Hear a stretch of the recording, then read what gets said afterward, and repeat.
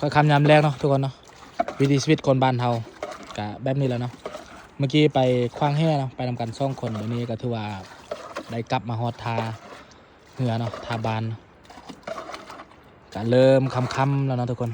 อากาศก็เริ่มที่จะเย็นแล้วเนาะเพราะว่าฮอดยามหนาวแล้วเนาะฤดูหนาว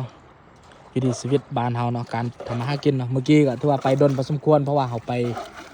กินข้าวอยู่เรียบน้ำเนาะเป็นการกินข้าวปลาสามัคคีกันนะทุกคนอันนี้แห่เนาะเอาไป2 ด่างทุกคน2 คนไปนำกัน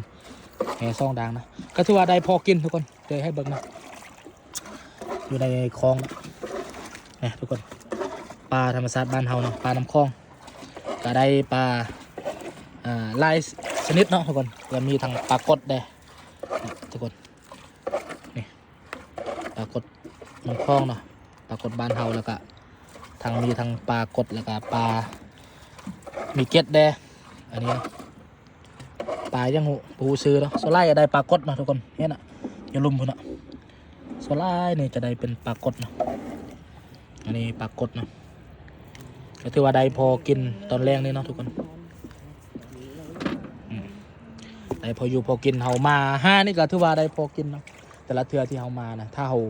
ดุในการมาห้าหรือว่าดุมันเนาะเขาก็มีแนวอยู่แนวกินนั่นแหละโดยที่เฮาบ่ได้จกบ่ได้ซื้อยังเนาะ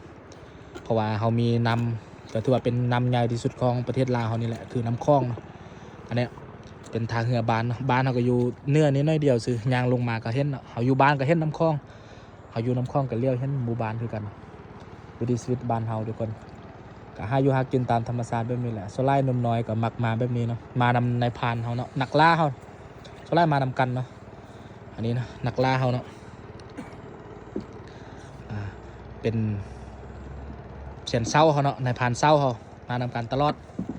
การหาอยู่หากินบอกว่าจะไปทางบกทางนำโซไลกับไปนำกันเนาะ